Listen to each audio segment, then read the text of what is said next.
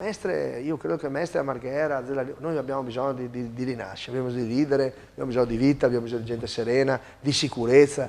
Venite a Mestre, secondo me, guarda, adesso non so, vedremo perché poi, però secondo me verranno da fuori a vedere il nostro Natale, non lo so, guarda, io sono convinto che sarà così. Insomma, Cioè, insomma, mi raccomando, non prenotate, quest'anno state a casa perché sarà bello. Perché ci sono diverse iniziative sì, per i mercatini proviamo a riempire la città.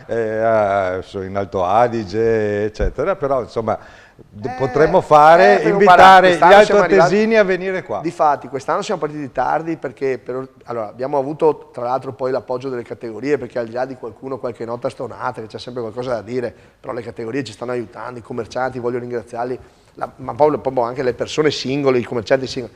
Cioè, li ringrazio tantissimo perché hanno capito lo spirito con cui stiamo facendo una cosa. Perché il commercio non è che tu puoi imporre a uno di comprare, devi creare le condizioni, devi attirarlo dentro il tuo locale, devi fargli un sorriso, devi offrirgli un vin brûlé, devi fare una cosa. Facciamo un gemellaggio, Sindaco. L'idea, stavo dicendo, era che noi siamo arrivati un po' tardi per poter proporre questo, diciamo, sistema nuovo ad altri commercianti di prodotti caratteristici natalizi, perché l'idea è quella che ci sia un Natale tradizionale dove le persone appunto girino come si faceva e io mi ricordo facevamo anni fa, poi non si è più fatto perché si vedeva soltanto bande del Sud America, quelli che suonava roba che non si capiva, cioè facciamo anche canzoni, cioè che ci sia musiche natalizie, questo è l'obiettivo, gli alberi di Natale, la nostra tradizione, il nostro modo di vivere. Abbiamo chiesto ai regatanti, ai gondolieri se possiamo fare delle regate che partono da Piazza Varchi e arrivano a Venezia, facciamo delle cose che girano la laguna, insomma chi ne ha più ne metta, noi siamo a disposizione, alberi da Natale,